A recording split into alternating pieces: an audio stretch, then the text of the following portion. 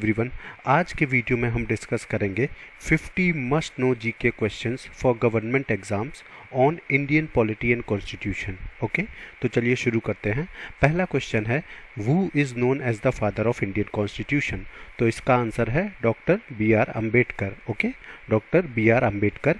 उन्होंने जो drafting committee बनाई गई थी कॉन्स्टिट्यूशन बनाने के लिए, ठीक है, वो उसके चेयरमैन रहे थे, इसलिए उनको फादर ऑफ इंडियन कॉन्स्टिट्यूशन बोला गया है। Next is, in which year was the Indian constitution adopted? ठीक है, तो इसका आंसर है 1949। एग्जैक्ट डेट थी 26 नवंबर 1949। ठीक है, आपको कंफ्यूज नहीं होना है। कॉन्स्टिट्यूशन को हमने अपनाया था 26 नवंबर 1949 में, और कॉन्स्टिट्यूशन हमारा बन के आप बोल सकते हो कि इफ़ेक्ट में कब से आया है, पूरी तरह से लागू कब हुआ था? 26 जनवरी 1950। इसलिए हम 26 जनवरी को रिपब्लिक डे के तौर पे सेलिब्रेट करते हैं। ठीक है, चलिए नेक्स्ट क्वेश्चन देखते हैं। What is the supreme law of India? तो इसका आंसर है कॉन्स्टिट्यूशन, यानी कि संविधान। ठीक है, ये सारे लॉज का फाउंडेशन है इंडिया में। उसके बाद नेक्स्ट क्वेश्चन है, how many articles were there in the original constitution? ठीक है, जो सबसे पहले आप बोल सकते हो कि कॉन्स्टिट्यूशन बना था, जो जब स्टार्टिंग ही हुआ था 1950 के दौरान, उस समय 395 आर्टिकल्स थे। ओके, और अभी करंट में कितने आर्टिकल हैं अमेंडमेंट के बाद? 448। तो ये आपको याद रखना है। उसके बाद which part of the constitution deals with fundamental rights? तो फंडामेंटल राइट्स आपके तीसरे पार्ट में मैंशनड है, तो इसका आंसर क्या हो जाएगा?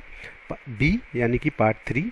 ओके, और कौन कौन से आर्टिकल इसमें कवर होते हैं? आर्टिकल 12 से 35 आपके फंडामेंटल राइट्स को कवर करते हैं, और ये कहाँ पे मेंशन्ड है? Part 3 of Indian constitution. उसके बाद who can suspend fundamental rights during an emergency?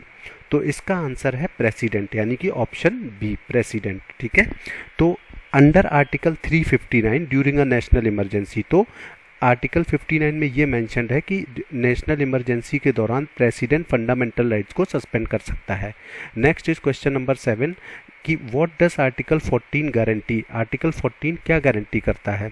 तो इसका आंसर है इक्वलिटी बिफोर लॉ। ठीक है, इक्वलिटी बिफोर लॉ, यानी कि ऑप्शन बी।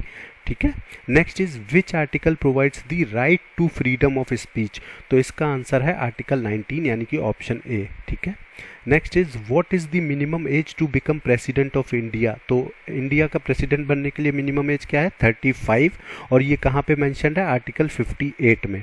ठीक है, तो यहाँ से देखिए एक चीज़ निकल के आ रही है कि आर्टिकल्स बहुत इंपॉर्टेंट है, हर आर्टिकल में कोई ना कोई चीज़ मेंशन्ड है, तो आपको आर्टिकल डिटेल में पता होने चाहिए। ये मैंने यहाँ पे इंपॉर्टेंट क्वेश्चंस कवर करे हैं जो गवर्नमेंट एग्जाम में पूछे जा सकते हैं या पूछे जाते हैं। Okay, next is who administers the oath to the president? ठीक है, तो इसका आंसर है chief justice of India. Chief justice of India इसका आंसर है। और the senior most supreme court जज इफ सीजीआई इज अनअवेलेबल? अगर चीफ जस्टिस नहीं है किसी कारणवश, तो जो सीनियर मोस्ट जज होंगे सुप्रीम कोर्ट के, वो ओथ एडमिनिस्टर करेंगे प्रेसिडेंट को। Next is how many members are there in the Lok Sabha? तो इसका आंसर है 545। 543 इसमें इलेक्टेड होते हैं और 2 नॉमिनेटेड होते हैं, Anglo Indians. Okay, next is what is the term of Rajya Sabha members? ये बहुत इंपॉर्टेंट है, तो इसका आंसर है 6 ईयर्स। ठीक है, कंफ्यूज नहीं होना। देखिए, जो लोकसभा के जो मेंबर्स होते हैं, इलेक्टेड मेंबर्स, वो 5 साल के लिए आप बोल सकते हो होता है उनका टर्म, लेकिन जो राज्यसभा के मेंबर्स है, ये क्वेश्चन इसीलिए पूछा जाता है कि उसका जो ड्यूरेशन होता है या टर्म होता है वो 6 ईयर्स होता है। ठीक है, और 1/3 रिटायर एवरी 2 ईयर्स। ठीक है, और उसके 1/3 मेंबर्स हर 2 साल में रिटायर होते रहते हैं। Who presides over the Rajya Sabha? तो इसका आंसर है ऑप्शन बी, यानी कि vice president, as per article 63। तो आर्टिकल 63 में ये मेंशन्ड है कि वाइस प्रेसिडेंट जो होंगे वो राज्यसभा को प्रिसाइड करेंगे। उसके बाद फिर क्वेश्चन 14 है, which article defines the duties of a prime minister? तो प्राइम मिनिस्टर की ड्यूटीज किस आर्टिकल में मेंशन्ड है? तो आर्टिकल 78 में प्राइम मिनिस्टर की ड्यूटीज मेंशन्ड है। Okay, next is what is the maximum gap between 2 parliament session? तो 2 पार्लियामेंट सेशन के बीच कितना गैप होना चाहिए? तो इसका आंसर है ऑप्शन बी, 6 मंथ, यानी कि 6 महीने का। Next is who can dissolve the Lok Sabha? तो इसका आंसर है प्रेसिडेंट इसको डिसॉल्व कर सकते हैं, तो ऑप्शन ए हो जाएगा, लेकिन किसकी एडवाइस पे? प्राइम मिनिस्टर की एडवाइस पे। उसके बाद which part of the constitution covers directive principles? तो इसका आंसर होगा पार्ट बी, ऑप्शन बी, यानी कि पार्ट 4, तो मैंने आपको पहले बताया था पार्ट 3 में फंडामेंटल राइट्स मेंशन्ड है और पार्ट 4 में डायरेक्टिव प्रिंसिपल्स। और इसमें कौन कौन से आर्टिकल कवर्स होते हैं, आर्टिकल 36 से 51, ओके, और उसमें आर्टिकल 12 से 35 फंडामेंटल राइट्स में। उसके बाद नेक्स्ट क्वेश्चन है व्हाट डज आर्टिकल 32 प्रोवाइड।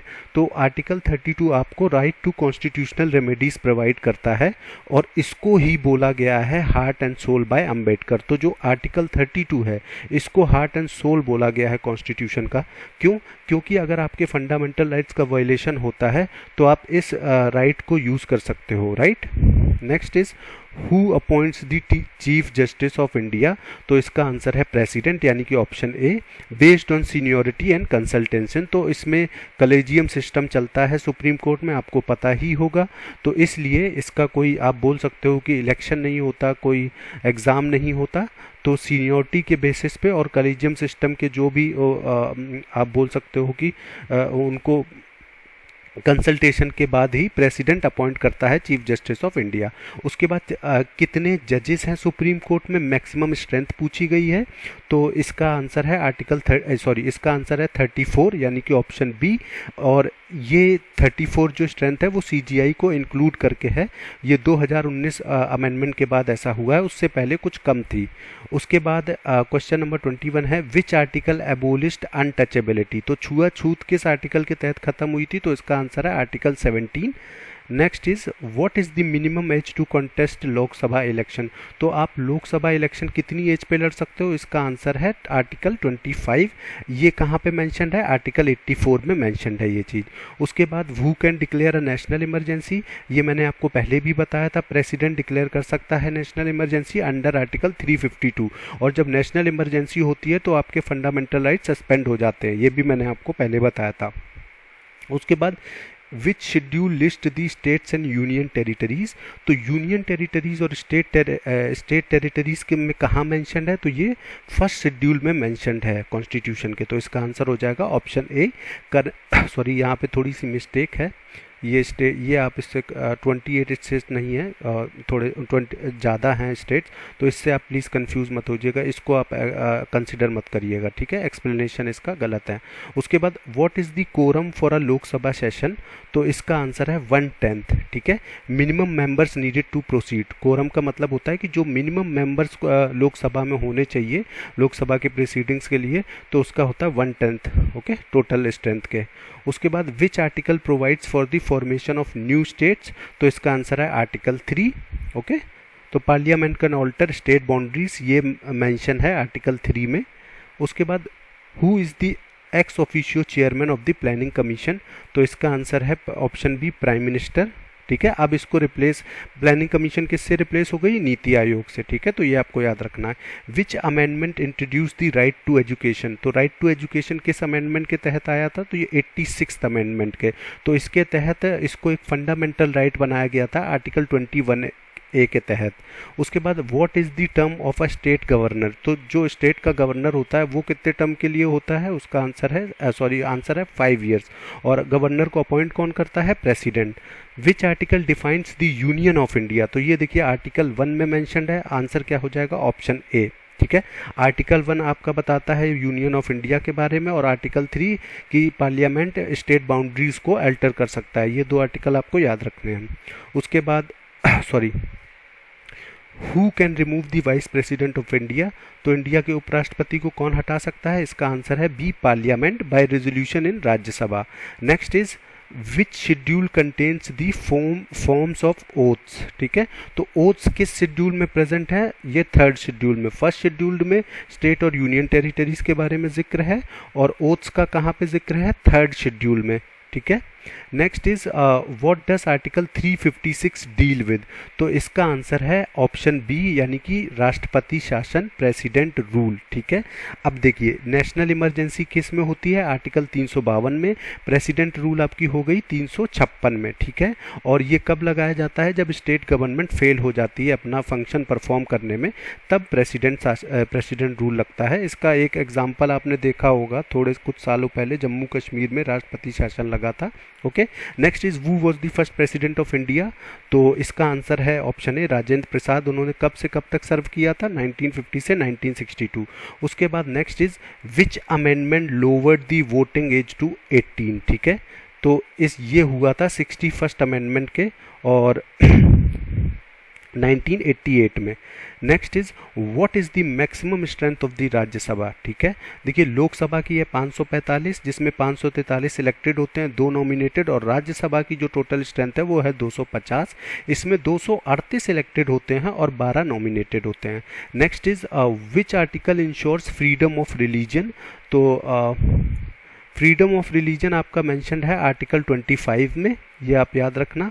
उसके बाद next is who chairs the joint sitting of parliament, तो इसका आंसर है लोकसभा स्पीकर यानी कि ऑप्शन सी, और ये कहाँ पे मेंशन्ड है? Under article 108। Which part deals with the union executive, तो यूनियन एग्जीक्यूटिव किस पार्ट में मेंशन्ड है? पार्ट 5 में, और इसमें कौन कौन से आर्टिकल आते हैं? आर्टिकल 52 से 78 कवर होते हैं पार्ट 5 में। तो पार्ट 3 में फंडामेंटल राइट्स, पार्ट 4 में directive principle of state policies, और पार्ट 5 में यूनियन एग्जीक्यूटिव का जिक्र है कॉन्स्टिट्यूशन में, ठीक है। What is the retirement age of a supreme court जज, तो देखिए सुप्रीम कोर्ट जज की जो रिटायरमेंट एज होती है वो होती है 65, और हाई कोर्ट के जज कब रिटायर होते हैं? 62 पे। Next is which schedule allocate seats to states in Rajya Sabha, तो इसका आंसर है 4th, okay. Next is who can impose a financial emergency, answer है प्रेसिडेंट, ओके, अंडर आर्टिकल 360। इसको आज तक कभी यूज नहीं किया गया है, ओके। अब देखिए फिर से मैं आपका रिवीजन करवा देता हूँ। आर्टिकल 352 नेशनल इमरजेंसी, आर्टिकल 356 आप बोल सकते हो प्रेसिडेंट रूल, और आर्टिकल 360 फाइनेंशियल इमरजेंसी, ठीक है, और तीनों में ही प्रेसिडेंट लिंक्ड है कहीं ना कहीं। Which article prohibits child labour, तो इसका जिक्र है आर्टिकल 24 में।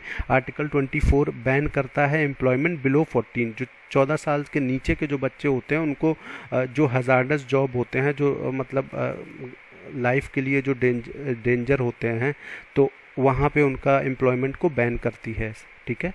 उसके बाद what is the term of the Lok Sabha, तो लोकसभा मैंने आपको बताया 5 साल के लिए टर्म होता है, राज्यसभा का 6 साल के लिए, unless dissolved earlier. Next is who was the first women president of India, तो इसका आंसर है बी प्रतिभा पाटिल, और उन्होंने कब से कब सर्व किया था? 2007 से 2012 तक। उसके बाद विच अमेंडमेंट इंट्रोड्यूस्ड पंचायती राज, तो पंचायती राज कॉन्स्टिट्यूशन में किस अमेंडमेंट में आया था? 73rd अमेंडमेंट, यानी कि option B for rural local governance, तो गांव के गवर्नेंस के लिए पंचायती राज को लाया गया था 73rd अमेंडमेंट के तहत। उसके बाद next is what does article 51A cover, तो आर्टिकल 51A में आपकी फंडामेंटल ड्यूटीज मेंशन्ड हैं, तो इसका ऑप्शन हो जाए, उसका आंसर हो जाएगा ऑप्शन बी, और इसको 42nd अमेंडमेंट में ऐड किया गया था, ये आपको याद रखना है। उसके बाद who can appoint the attorney general of India, तो इसका आंसर है प्रेसिडेंट। अब आपको एक चीज़ याद रखनी है कि मैक्सिमम अपॉइंटमेंट प्रेसिडेंट करता है, ठीक है, इंडिया में।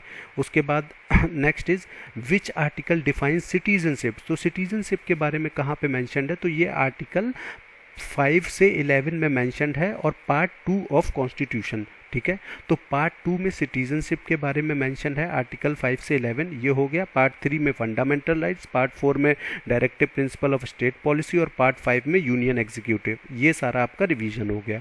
उसके बाद what is the motto of supreme court of India, तो सुप्रीम कोर्ट ऑफ इंडिया का मोटो क्या है? इसका आंसर हो जाएगा बी यतो धर्मस्ततो जया, यानी कि where there is justice there is victory, okay. तो आज के इस वाले वीडियो में बस इतना ही, मिलते हैं नेक्स्ट वीडियो में, थैंक्स।